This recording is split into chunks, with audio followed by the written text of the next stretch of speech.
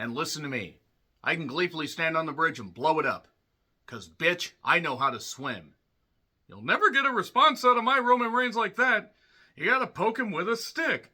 I don't want to be the OTC today.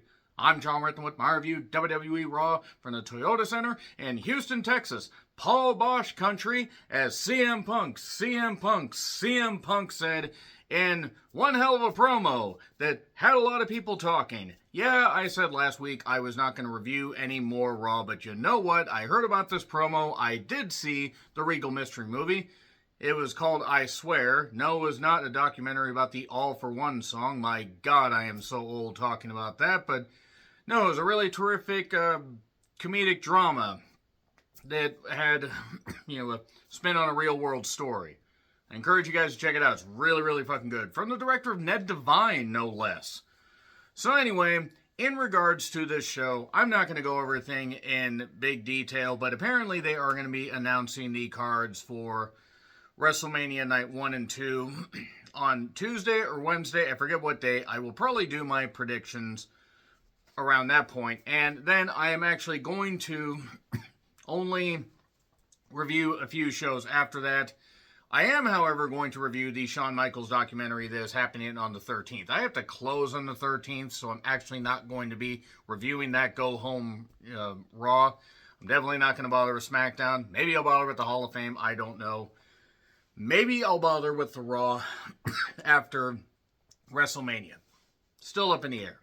There's also a new Hulk Hogan, unfiltered Netflix docu thing. Yeah, that man who is known for telling the truth. But yeah, I'll review that. But my time of doing full-time reviews is coming to an end. But before that, let's talk about the fact that, Punk is here. He instantly arrives. Cool jacket, by the way. Very cool jacket. Cross-legged in the ring. Houston is a wrestling town. This is Paul Bosch territory. Some people popped. I don't know if many people in the crowd knew who Paul Bosch was. Because Paul Bosch is not... I think his retirement show was in 87. But anyway, he talked about... reflecting on how the older wrestlers might have reacted to some of this stuff. They started whiting him, and when they started whiting him, and right after Harley Race was mentioned, I'm like, man, Harley Race would have punched every single one of them out. So, Roman Reigns is not here tonight. The crowd boos, there's some OTC chants. Punk brings up how Roman is a fraud. This full segment is on their YouTube. Please go check it out. I cannot do it justice. I'm going to talk about a few things that I liked in this, but I cannot break it down. I couldn't write down fast enough. I couldn't rewind and write down and get all these quotes, in full. So I'm just going to hit the high points. Punk is hated for being authentic. OTC chants. The old comments that bother him, but he's old, not weak. To be fair, I can understand the old things bothering him, and it's also not like Roman's a spring chicken. I think he's 40 or 41. And I say that as somebody that is 45, but he hates Roman because he basically is catered to. He's plastic. It's fantastic. And he mentions TKO, and they bring you to Jimmy Fallon because you're safe, you're boring, and you're stale. You're stale, safe, and boring. Something like that. And he says, how is it that I can film, some TV shows and some movies, half a dozen of those, but I'm still here every week, but you use it as a crutch. He also did Night Patrol that wasn't very good. And I'm talking about Punk. That movie was a mess. For those 5 people that saw Night Patrol in theaters, you know what I'm talking about. And, it's like talking about his bloated cousin on the board that at least, at least Rock is a movie star. I'm sorry, was a movie star. Oh, watch Rock show up at Mania now. Watch that happen. My dad wasn't a pro wrestler. He didn't give me a favor job because I failed twice at football or I sucked at football. Some people took that as a shot. I don't know why Roman stands. I'm just going to mention this, spun it this way. Oh, he took a shot because Roman had leukemia and had to go away from football for a bit, but then came back. He wasn't taking a shot of his leukemia. He didn't succeed in football. That was the crux of it. If you guys can't get your head wrapped around that, you probably need to wrap your head around some goddamn bitches. Or wrap your head around some goddamn books. Or, I don't know, get away from social media, I say, as I post this on a social media site. But he calls him a buck-toothed Nepo baby who ate dog food for a weird old man. They're really getting close to mentioning Vince. And, yes, technically Punk did come back while Vince was still there, but he wasn't there he was basically there in an advisory role. He was going to slip up and something was going to happen. And let's not act like wrestling companies in general don't have people that are running them that are a little bit questionable. But I digress. The weird old man treated me like a dog and wanted me to fall in line, but I had FU money, so I took my dignity and left. To be fair, he also has staph infection and other stuff that had to be addressed. I saw him at the Slammy Awards in 2013, December 9th, 2013, 8th or 9th. And he did not look that healthy, and it was a good thing that he left. But they can't control me. You know, they can't, blackball me. Technically, they could. But I think he makes them so much money that he knows he can say this stuff. You know, listen to me, I can gleefully stand on the bridge and burn it and blow it up because, bitch, I know how to swim. And then he goes, leaving it, everybody's going to get the smoke. And he says, Pat McAfee. Yeah, it's about time somebody said that about that goddamn piece of shit who has had Aaron Rodgers and other people on his show and knocked the Algerian boxer. I believe she was from Algeria, if I recall correctly. And all that stuff. Not that he's the only one. I mean, look at Triple H. He's on the cabinet of this bullshit administration that is trying to get us into a nuclear arms race with Iran to where we play war games for real. And I'm not talking about the Dusty Rhodes creation. I'm talking about the 1983 movie that just had a computer simulation that may not be a simulation. And you motherfuckers that voted for it should go over there and try to fight it. You'll fail because you're cowards, but you should try. That being said, he...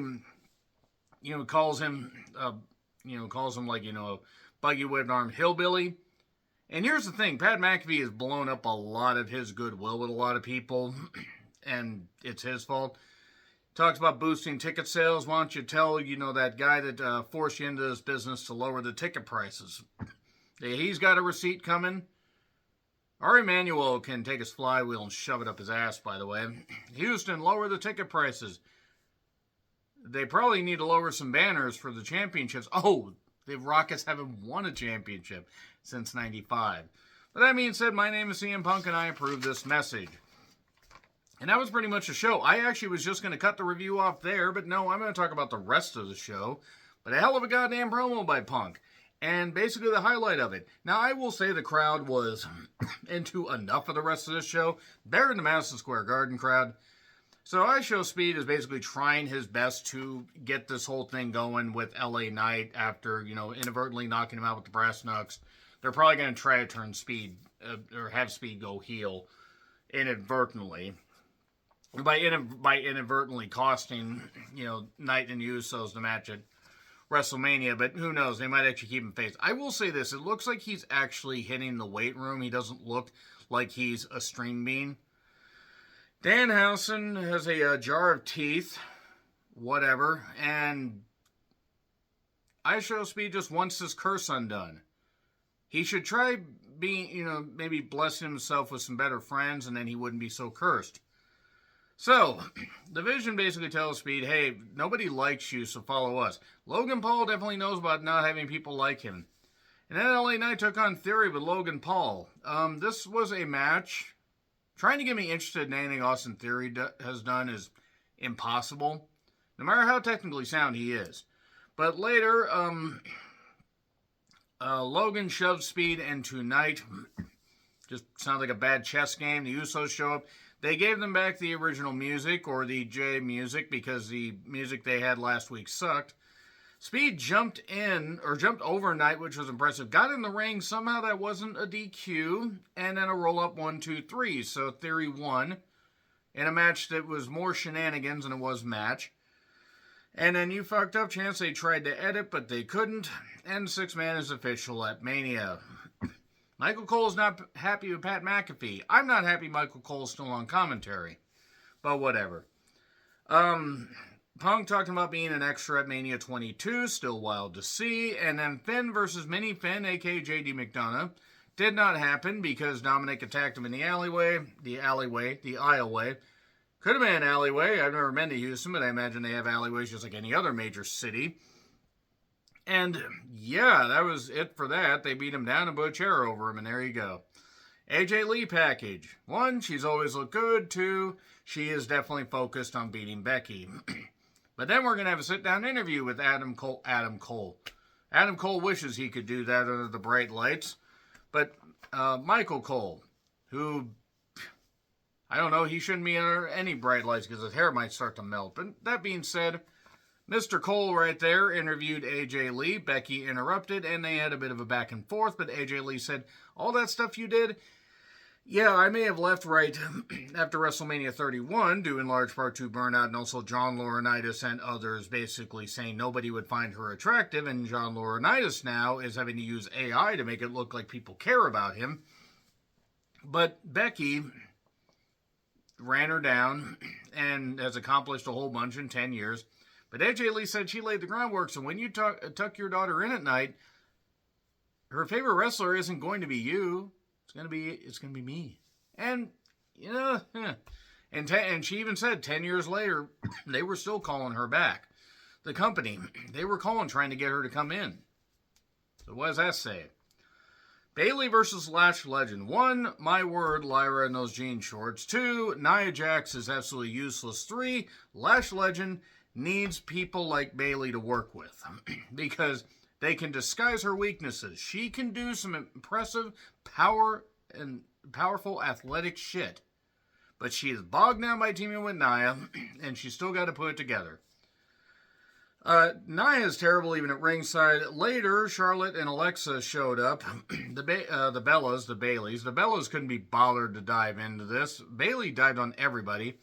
Lyra pulled Lash's leg while they were trying to do a suplex spot. 1, 2, 3, and there you go. So, that's about it.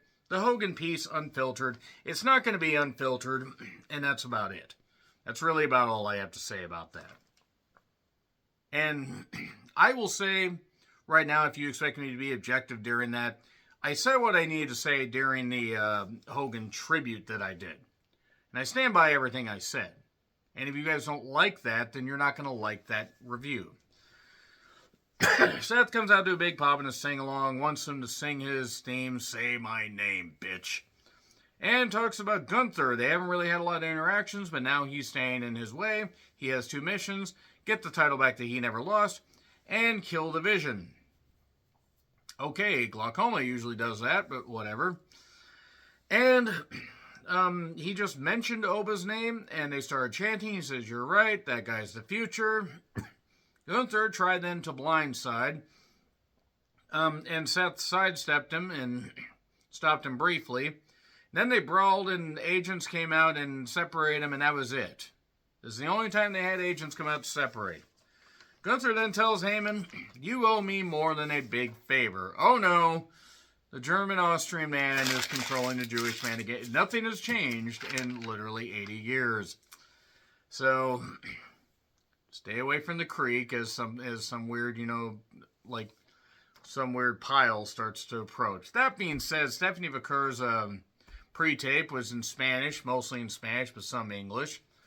And she said she's going to welcome Liv to her inferno. That fire crotch. So, Penta makes his entrance. We have lots of pyro. And he has lots of agility on his team because Javon Evans and Dragon Lee are on his team. Unfortunately, they face up against the Americanos. I have an Americano rule. I refuse. I fucking refuse. It is terrible. I don't care if it's popular in AAA. Okay, AAA batteries are popular for some goddamn, devices. Some remotes, possibly some tasers that could be used to shock whoever came up with this Americano gimmick. Javon hit a huge cutter and got the victory. Suddenly Ray music. He wants to be in a ladder match. So there we are. Quick recaps of Cody ripping into Creative. And I think he actually might have legit been pissed because this is the third year in a row it's been screwed up. The third year. Wait. 39? No? Actually, no, third year. Okay, because I was thinking 40. I was thinking 39. 39, he had to build the chase. But yeah, 40, 41 in this. So, Rhea and Io took on Mia Yim and B-Fab. I will not live long enough, and none of us watching will live long enough for B-Fab to ever get good in the ring. B-Fab got pinned with a roll-up that took way longer to happen than it should have. And then they basically, Mia Yim is good, and I think has finally excelled at, being a bit more ground-based and stuff like that. What the fuck was Jade wearing? She was wearing the skinned version of that giant red, creature that Bugs Bunny, interacted with in that castle. Tell me you don't see that. Tell me you don't. Jade needs to just fucking go to Hollywood at this point because I don't blame her for using wrestling as a vehicle. She has an incredible look. That gear was terrible. That outfit was terrible. How could you get in a car? How could you go through a doorway? What the fuck?